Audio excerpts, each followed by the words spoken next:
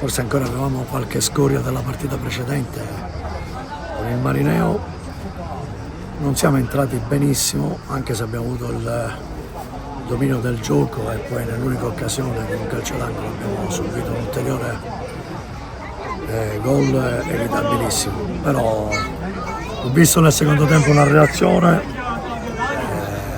e soprattutto la voglia da parte dei miei ragazzi di vincere. C'era anche un mezzo rigore perché per un fallo di mano all'interno dell'area, però vuol dire che cercheremo di dare il massimo nella partita di ritorno giorno 9 lì all'Ascari, nel loro campo. Sapevamo di un avversario ben organizzato, allenato anche da un buon allenatore, tanti ragazzini che sanno giocare a calcio ma che hanno anche molta vivacità, per cui non pensavamo di trovare un avversario che era già allo sbaraglio, completamente, anzi tutto l'opposto.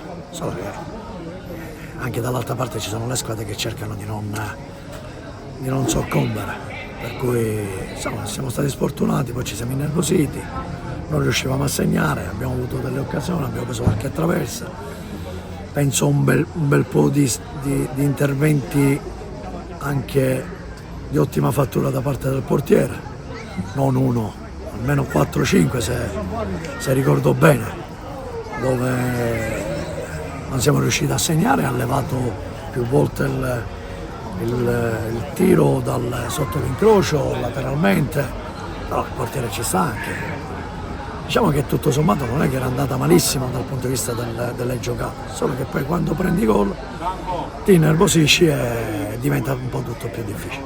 Oggi non avevamo un Senei che ci poteva dare una grossa mano. Stiamo prendendo sul mercato qualche altro attaccante, è arrivato oggi, non l'abbiamo potuto mettere dentro.